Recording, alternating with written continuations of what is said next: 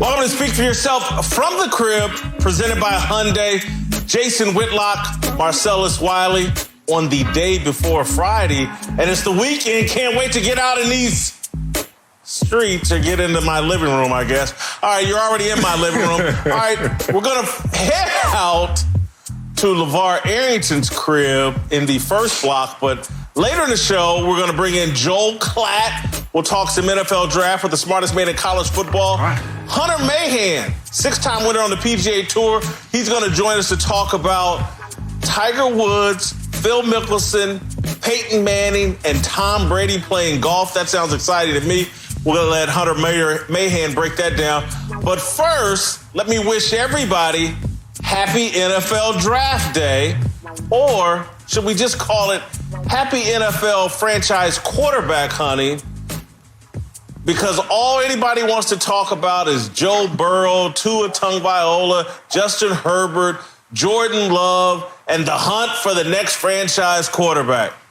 But Hall of Famer Brett Favre had some very interesting comments about Joe Burrow, the Cincinnati Bengals, and taking a can't-miss quarterback at the top of the draft. Take a listen.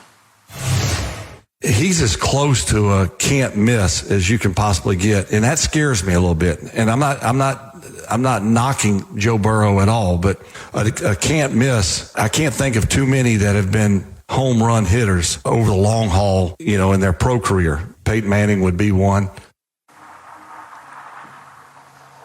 All right, listen, the reason I bring all this up is because everybody's pretty much in agreement on who the best player is in this draft, who the real can't-miss prospect is in this draft. And it's Ohio State defensive end Chase Young. Let me break some news to people in Cincinnati and across the NFL. Chase Young and the Cincinnati Bengals both share Ohio as their home state. No different than Joe Burrow, who grew up in Athens, Ohio, a couple of hours away from Cincinnati. Chase Young is a home state hero, no different than Joe Burrow. And you have the added value of Chase Young might be better than the Bosa brothers, Joey and Nick, who have taken the NFL by storm. The two Ohio State defensive ends, the Bosa brothers.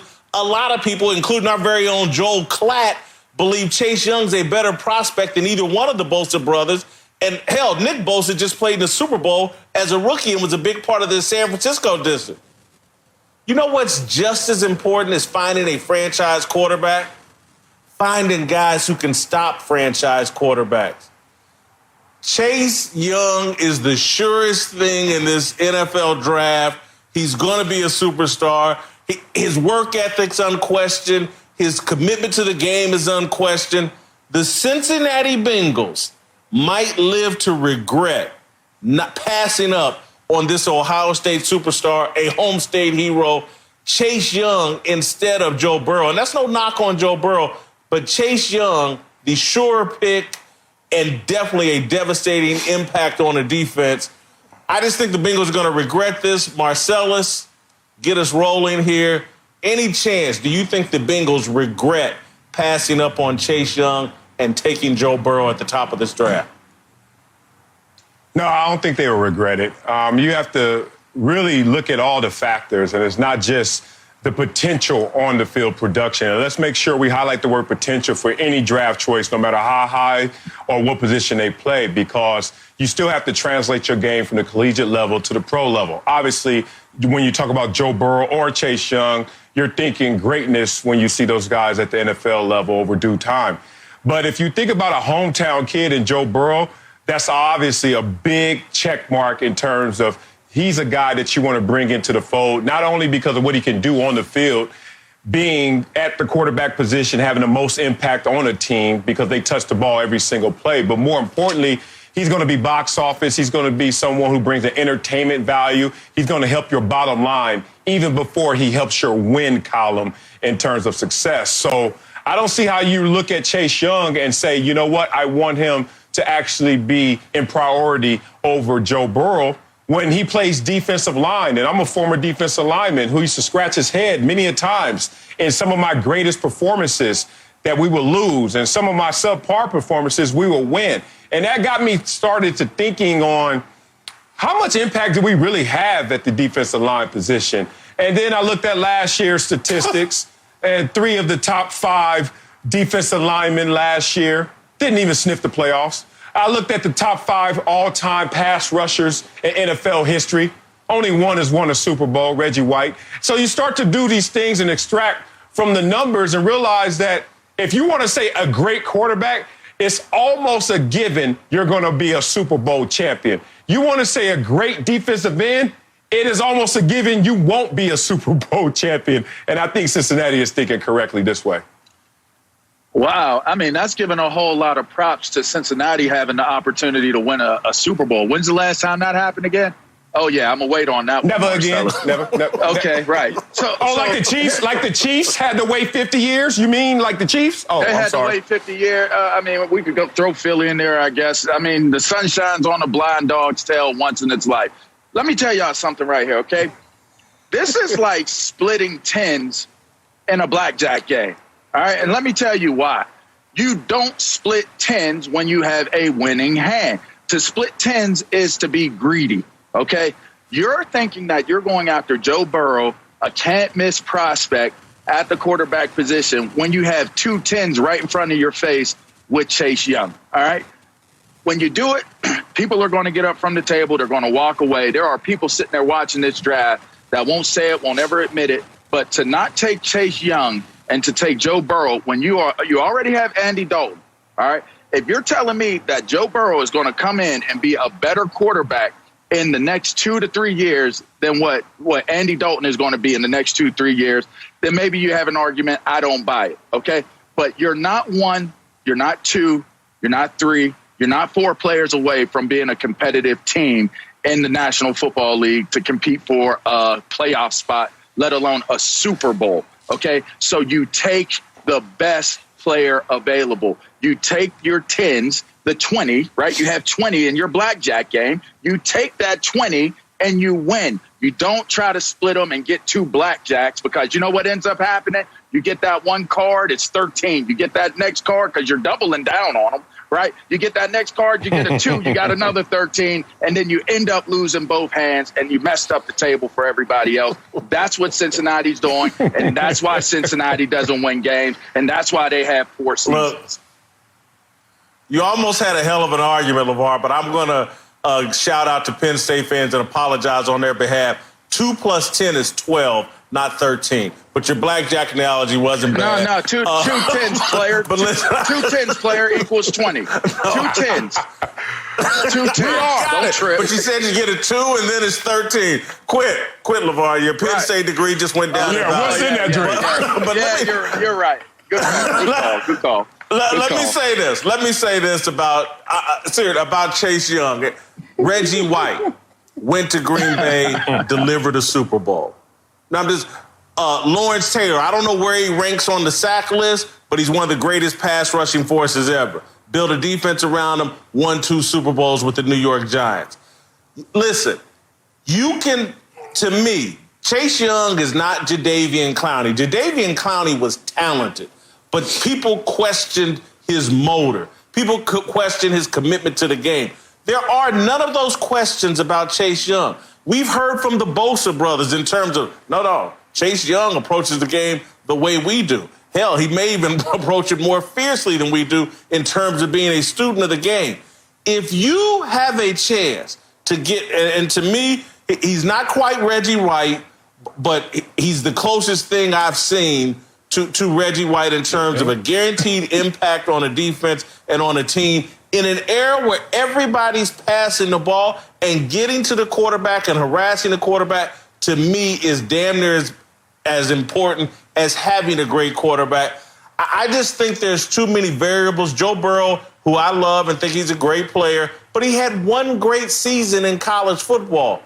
I think, like what Brett Favre is saying, you're rolling the dice when you look for a can't miss at the quarterback position at the very top of the draft, Marcellus.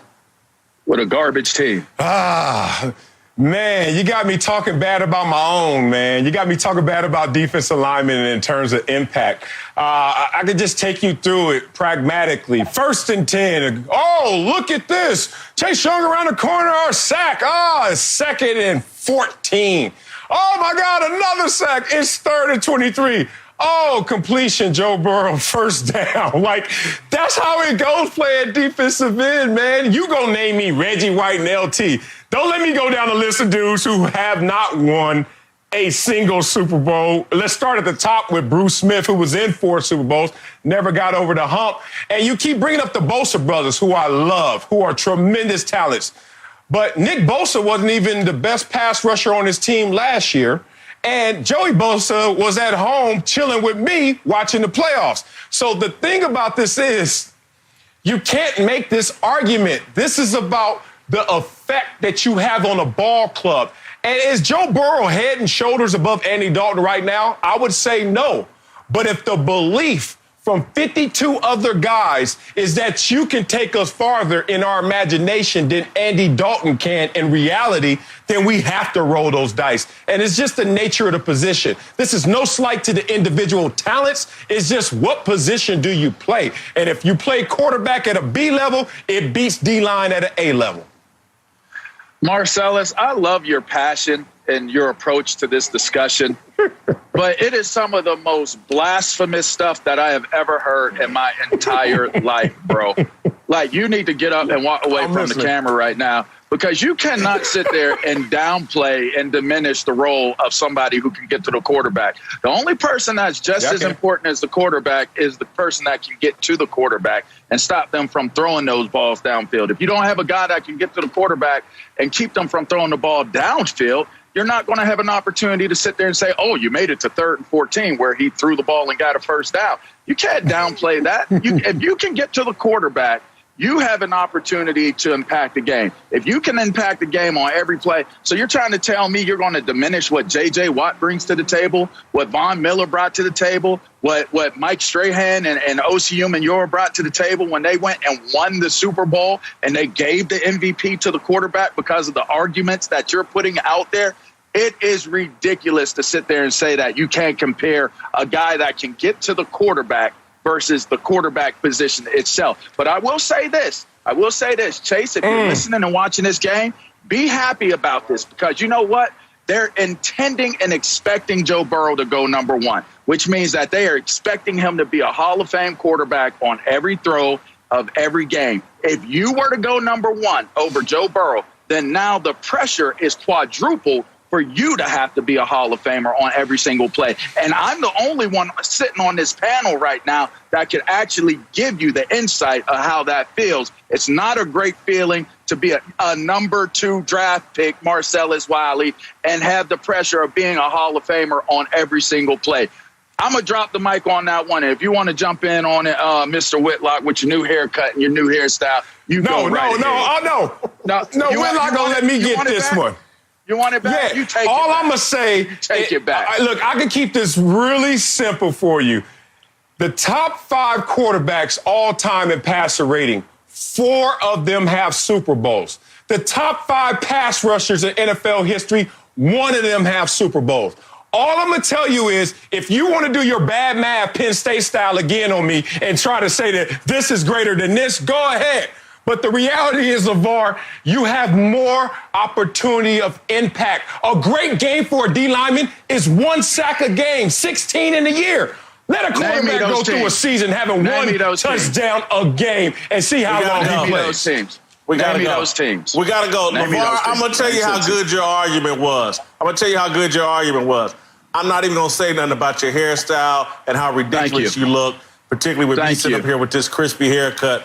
I'm not even going to touch that. All right, listen, Joe Klatt coming around the corner. We're going to get deeper into the NFL draft, talk about some of these other quarterback prospects. Joe Klatt looking very crispy. Speak for yourself from the crib, presented by Hyundai. More after this. Whether you're working from home or working on your fitness, you want what you're listening to be what you're listening to, and not what your roommates, neighbors, children, or significant others are listening to. Everyone needs a great pair of wireless earbuds, But before you go dropping hundreds of dollars on a pair, you need to check out the wireless earbuds from Raycon. My own pair of Raycon earbuds are better and easier to use than anything else I've tried.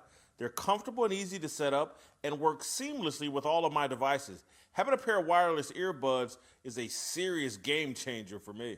You already know Raycon earbuds start at about half the price of any other premium wireless earbuds on the market, and that they sound just as amazing as the other top audio brands you know. Their newest model, the Everyday E25 earbuds, are their best ones yet, with 6 hours of playtime, seamless Bluetooth pairing, more bass, and a more compact design that gives you a nice, noise-isolating fit. Raycon's wireless earbuds are so comfortable, perfect for conference calls or binging podcasts. They're easy to set up and pair with your device. Seriously, they're a game changer. Unlike some of your other wireless options, Raycon earbuds are both stylish and discreet, with no dangling wires or stems to distract anyone during video calls. You've heard me talk about how the company was co-founded by Ray J, and celebrities like Snoop Dogg and J.R. Smith are obsessed with Raycons. Pick up a pair and see what the hype is all about. Now's the time to get the latest and greatest from Raycon. Get 15% off your order at buyraycon.com/speak. That's buyraycon.com/speak for 15% off Raycon wireless earbuds. Buyraycon.com/speak. Welcome back to Speak for Yourself from the crib. Jason Whitlock, Marcellus Wiley. Speak for Yourself presented to you by Hyundai.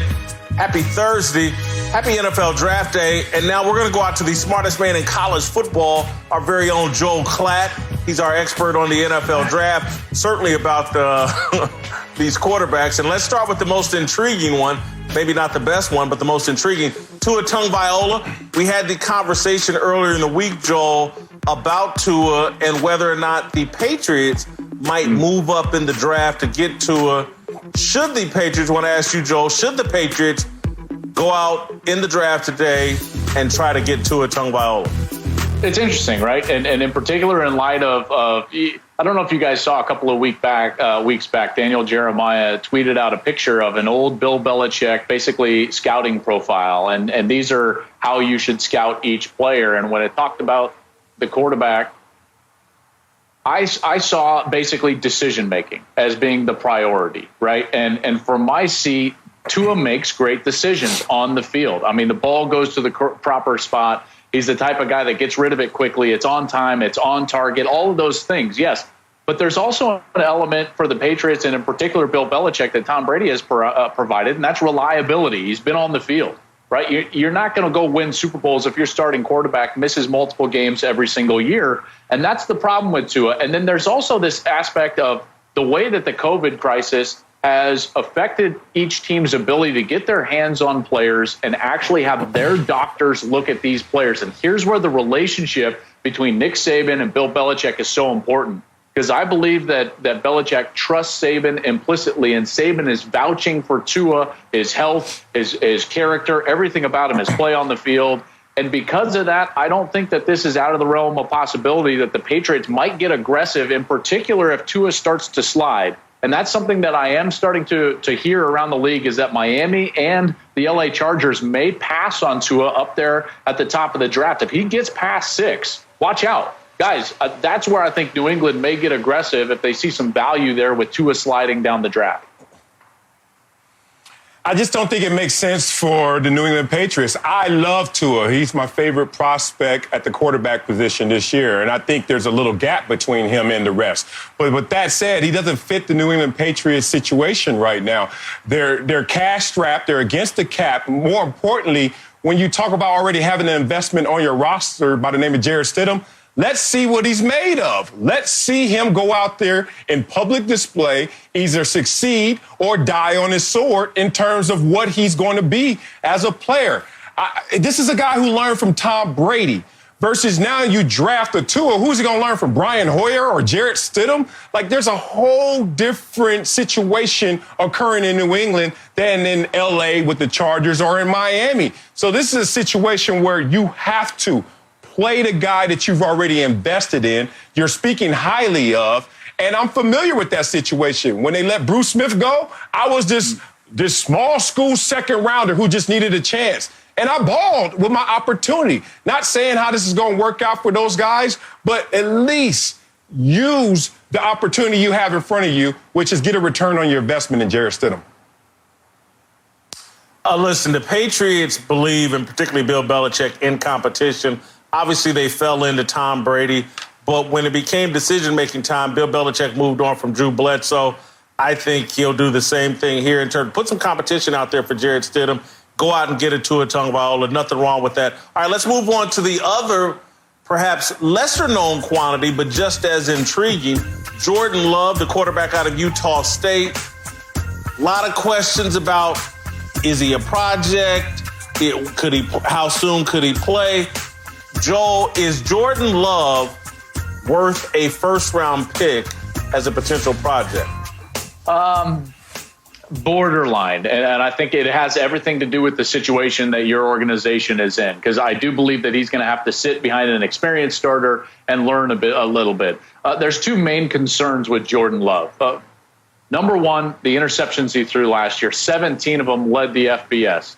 Number two is he's got some red flags, caution flags, if you will, off the field. He was cited for marijuana right before the bowl game. Now, I know it's not about the marijuana, right? And it's not about the drug program or this or that. It's just the fact that he made that decision and put himself in that position before a bowl game. So it's a decision-making off the field issue as much as anything. Those are the two things that teams are a little bit leery of right now. But rest assured, this dude is incredibly athletic. He's got all the tools in the toolbox. He's got a big arm. And if you go back a couple of years when he did have an offensive-minded coach in Matt Wells and a really good quarterback-centric offensive coordinator in David Yost, he played great football. Fast forward this year, lost his coach, lost his offensive coordinator. He was one of only two starters returning for Utah State. That's part of the reason why his numbers declined in almost every single category. I like him. And if I'm listening to our own TJ Houshmandzadeh, who was telling us about this guy, Jordan Love, for many a months, you should love him in terms of what the comparisons are between him and Justin Herbert. Like, obviously, we know the physical specimen of Herbert, and more importantly, the bigger arm is obviously going to enamor most scouts. But according to TJ, and from some things you can see on film, in the pocket, the ability to go through your progressions, Jordan Love has that advantage over Justin. And more so, the athletic ability is something that where he can make plays and he can extend plays and he can do it with his arm and he can do it with his legs. So this is a situation where you can get him into a top-tier NFL team and you get all of a sudden you get this project that is really a diamond in the rough in terms of being maximized with resources and coaches and weapons. So Jordan Love is something to fall in love with. I agree with TJ. He's something that's going to be special going forward. I love him as a first-round flyer late, anywhere after 20, a good team that, look, even my Kansas City Chiefs, and they have an embarrassment of riches at quarterback with Patrick Mahomes, obviously. But why not? You can never have too many good quarterbacks. They may have trade value later on down the road.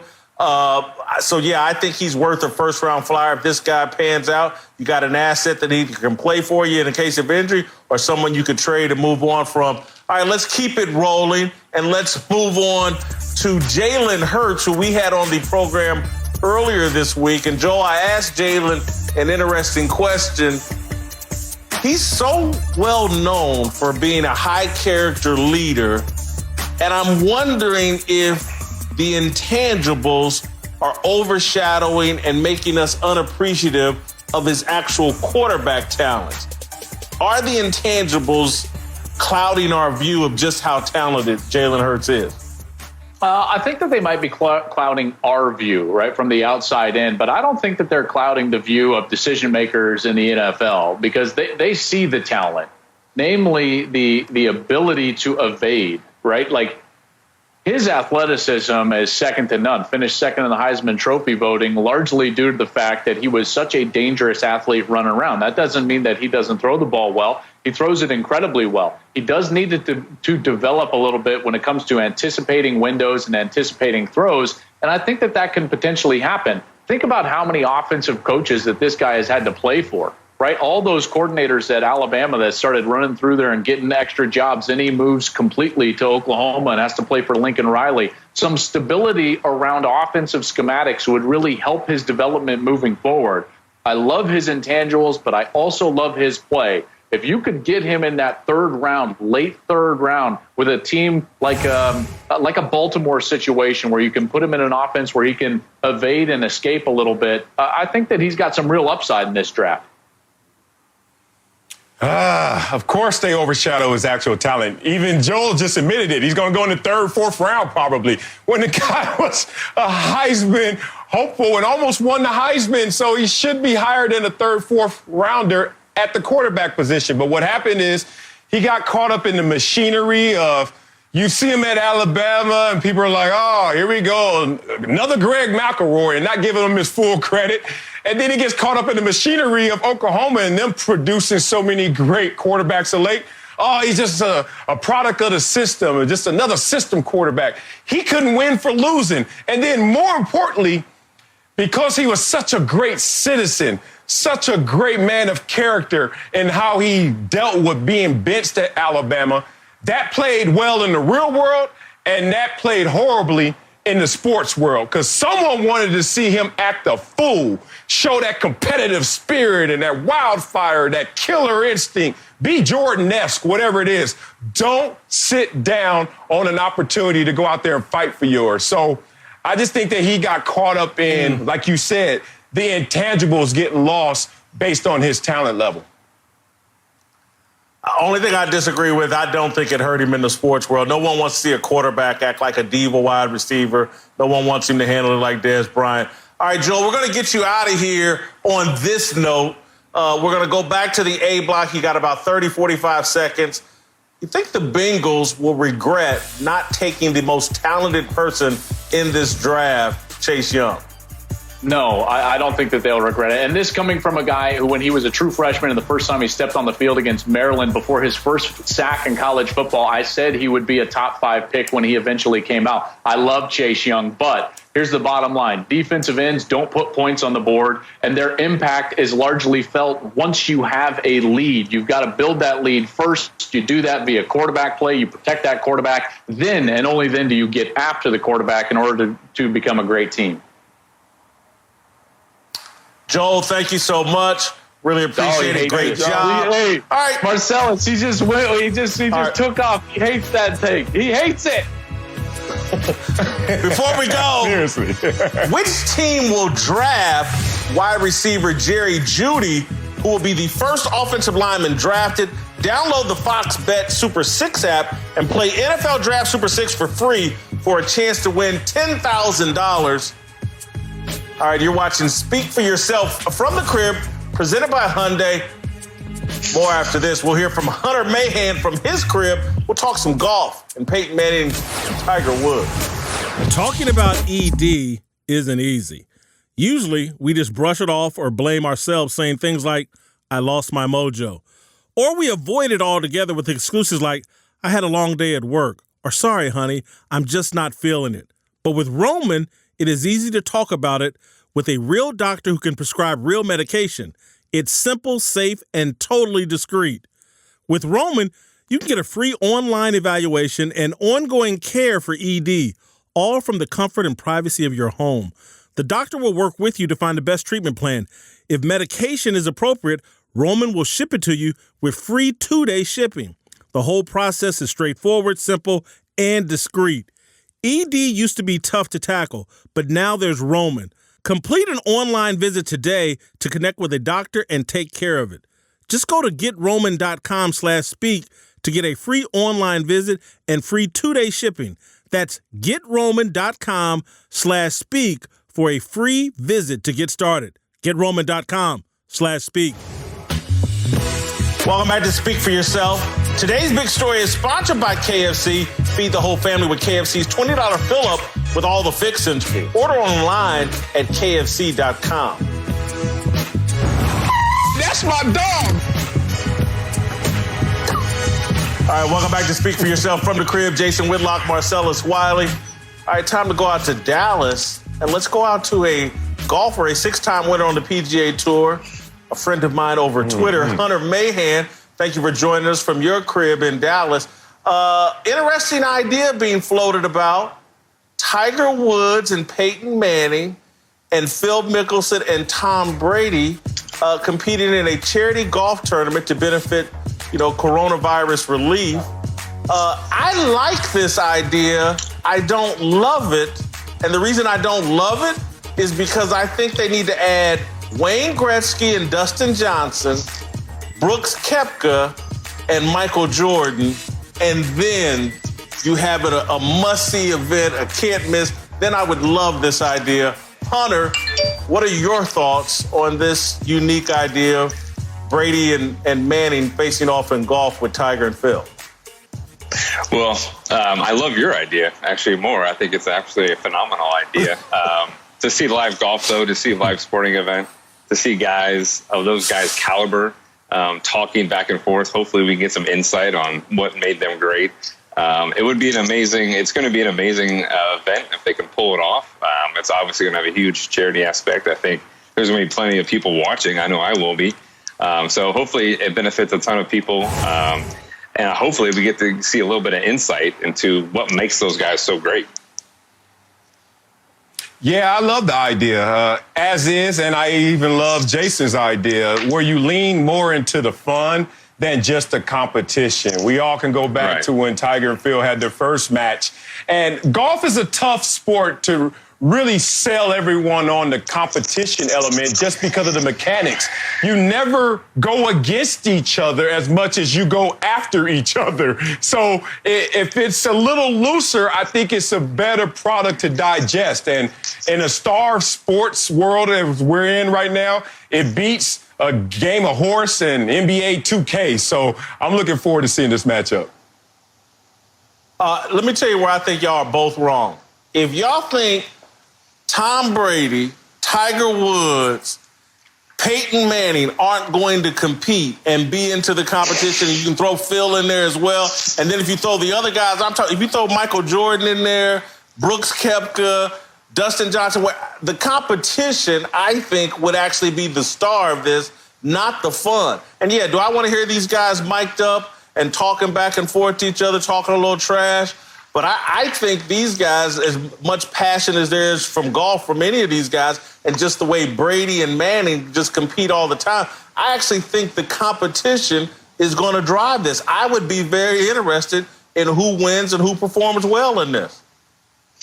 Well, I think it's sort of expectations. I think the last time we saw Tiger and Phil have their match, I think our expectations were that it was going to be super competitive, but it kind of fell flat because it was sort of just a made-for-TV event.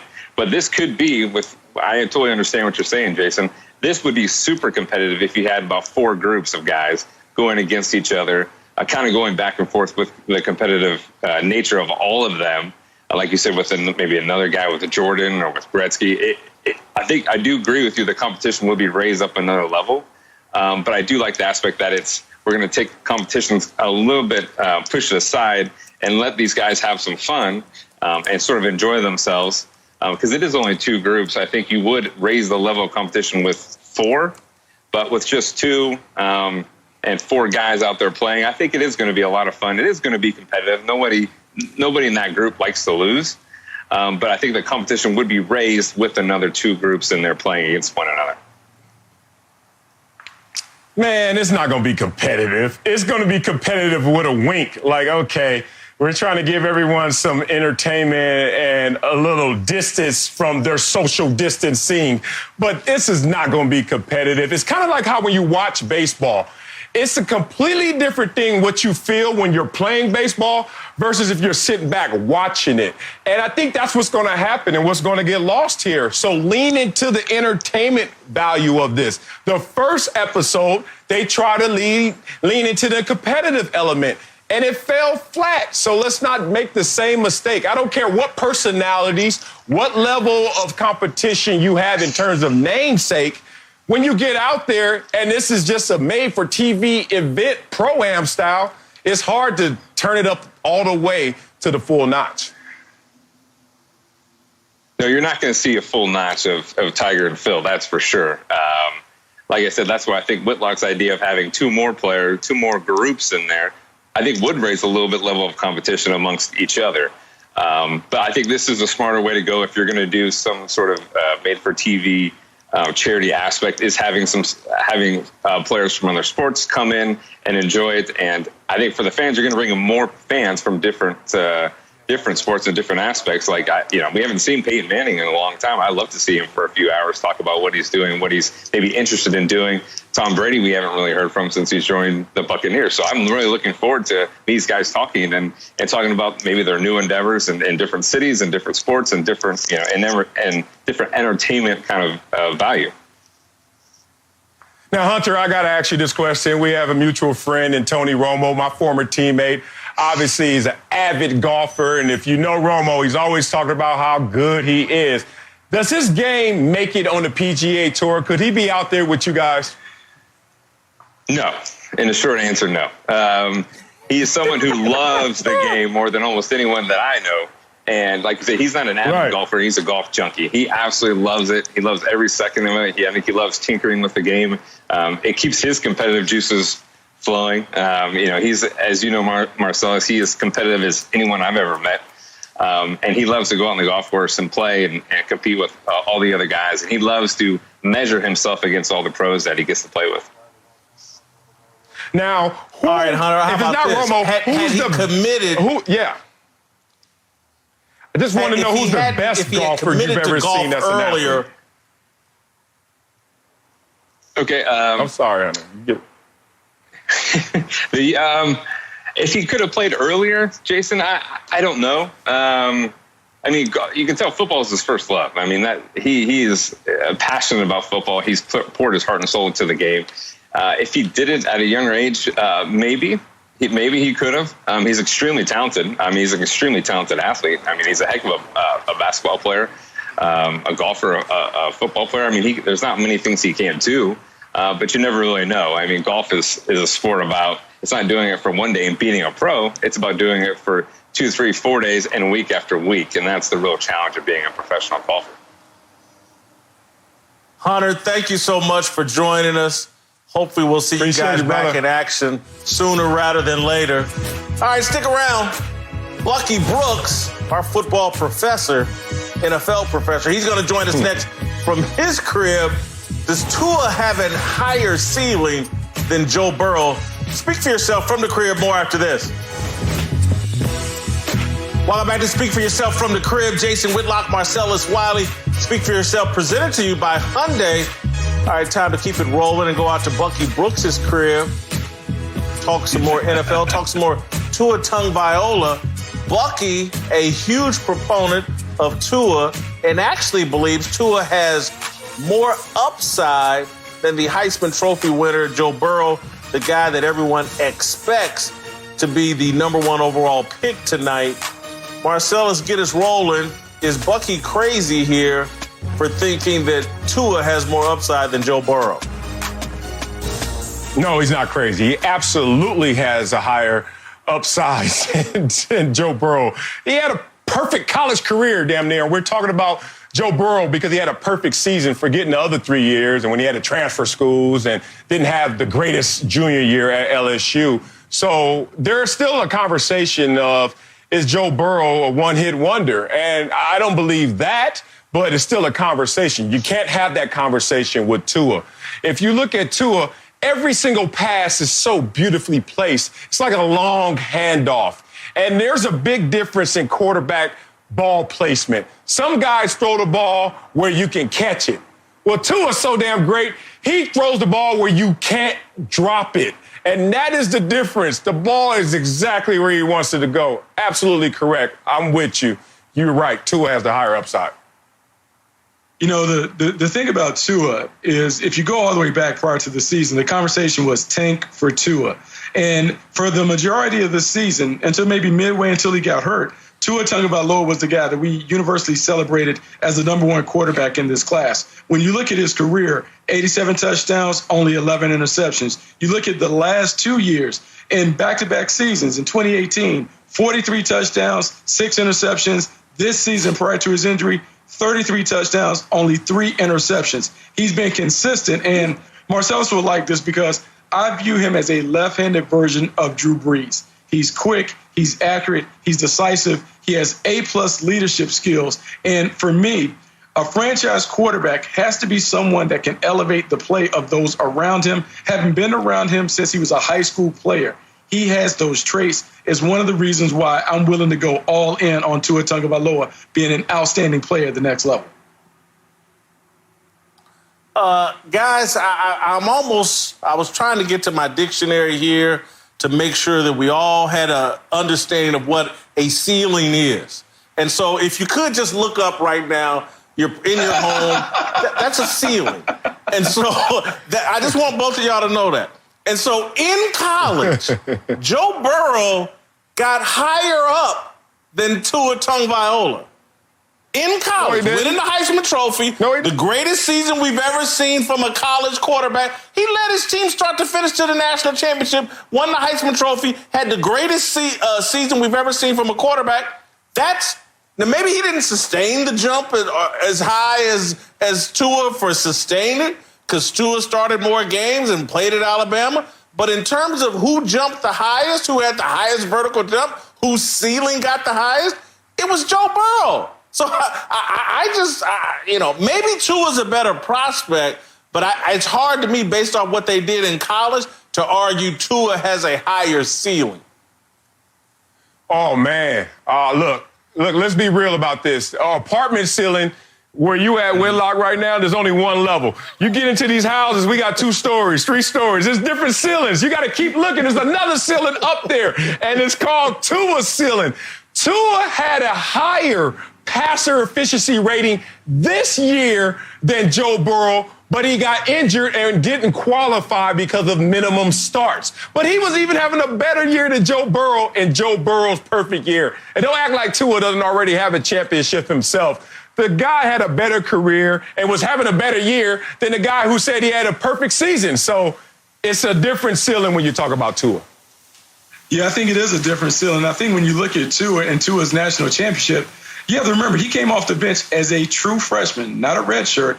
A true freshman delivers dimes in that championship game against Georgia to lead Alabama back. And everyone will talk about Joe Burrow, and Joe Burrow is a fantastic prospect. But also understand, Joe Burrow is older than Lamar Jackson. Joe Burrow is a fifth-year player, an experienced player at the collegiate level, where there are some advantages that come with being an older player playing against college kids. And then when you think of the fact that he is a son of a college coach, his dad was a longtime defensive coordinator at Ohio. He certainly understands the game at a level that maybe some young quarterbacks don't. I do wonder, when he gets to the National Football League and he doesn't have this new system that Joe Brady sprung on the SEC, can he exist? Can he deliver? Can he be the guy that everyone is expecting? Because remember, when we envision a guy coming off the board, #1 overall, we're thinking about him being a gold jacket guy, a Hall of Fame caliber guy, someone that when he walks in the room, you're saying, this is the best guy on the squad. I'm just not necessarily convinced that he has always been that throughout his career. Woo. Listen, both of y'all made excellent points, and so I'm just nitpicking here. And so I'm going to nitpick this way. Did y'all just hear Bucky's just try to argue that coming off the bench as a freshman late in the season and winning the national championship, somehow that's better than being the starter day one, having the most incredible season we've ever seen from a quarterback, winning the Heisman Trophy and winning the national championship, coming off the bench late in the season somehow equates to that. That's just me nitpicking. I get y'all's point, because there are different levels, and now we're at the NFL level as opposed to the college level. I get y'all's point. And Will, I can't let you go off of this because I love you singing the praises of Joe Burrow, but I just want you to think about it in this context. Joe Burrow and Dwayne Haskins competed for a job at Ohio State. Dwayne Haskins won the job. They're trying to run Dwayne Haskins out of Washington right now. So I just want to add some context. It may not mean anything, but I'm saying the guy that we're celebrating as having the best season we've ever seen in college, he couldn't beat out Dwayne Haskins at Ohio State. I'm going to I'm going to text you Urban Meyer's phone number so you can have that argument with him. I didn't make that decision. I wasn't involved with that decision. Take that up with Urban Meyer. That's a knock on him, not a knock on Joe Burrow. Joe Burrow showed you what he could do putting the right offense. But anyway, hey, great job, Bucky. Thank you. All right, great job, brother. We're going to get to Uncle Jimmy. Give him a little more time. We've had some people complaining we've been cutting Uncle Jimmy short. Oh, my God, and maybe we should. All right, speak for yourself. Man. From the crib, presented by Hyundai. More after this. Welcome back to Speak for Yourself from the crib. Jason Whitlock, Marcellus Wiley on the day before Friday and the day of the NFL Draft. All right, time to roll out to Uncle Jimmy's crib. Uncle Jimmy, oh, man. Do you have a big dummy of the day? Oh, most definitely. Most definitely. Listen here. Big dummy of the day go to the person who bragged about their crispy haircut. How the hell you manage that and practice social distancing at the same time, homeboy? Talk to me. Say it. I went to a lot of expense. Bought my own clippers, got all my own stuff, got a mask, got gloves, and then I had my barber come over and cut my hair. Needed it. All right, do you have any thoughts 6 feet. on 6 Chase feet. Young? That was only from the front. On Chase Young and my take that Chase Young should be the number one pick in tonight's NFL draft. You have any thoughts on that? Let me ask you a question. Is your name Flip-Flop or is your name Whitlock? Which one is it? It's Whitlock. I mean, let me get this right. We should take this virus seriously or I can't wait to get to Wally's. Which one is it? Is it Cam needs a haircut before the NFL takes him seriously? Or Chase Young is the best player in the draft, bar none? And damn the fact he looked like Brody Locks in a tube top. Now, which one you gonna do? Flip-flop? Tell the people, which one is it? Chase Young looks like who? Brody Locks in a tube top. Brody Damn it, I said it, you won't, I will. They do flow. They flow. I didn't pick a side and stick to it. Uncle Jimmy will do it. Hell. What is going on with your hairstyle? You damn near as bad as LeVar. Seriously. Hey, look here. Don't worry about it. Whatever I'm doing, I'm practicing, all right? It don't cost a damn to get the hell out of my nephew.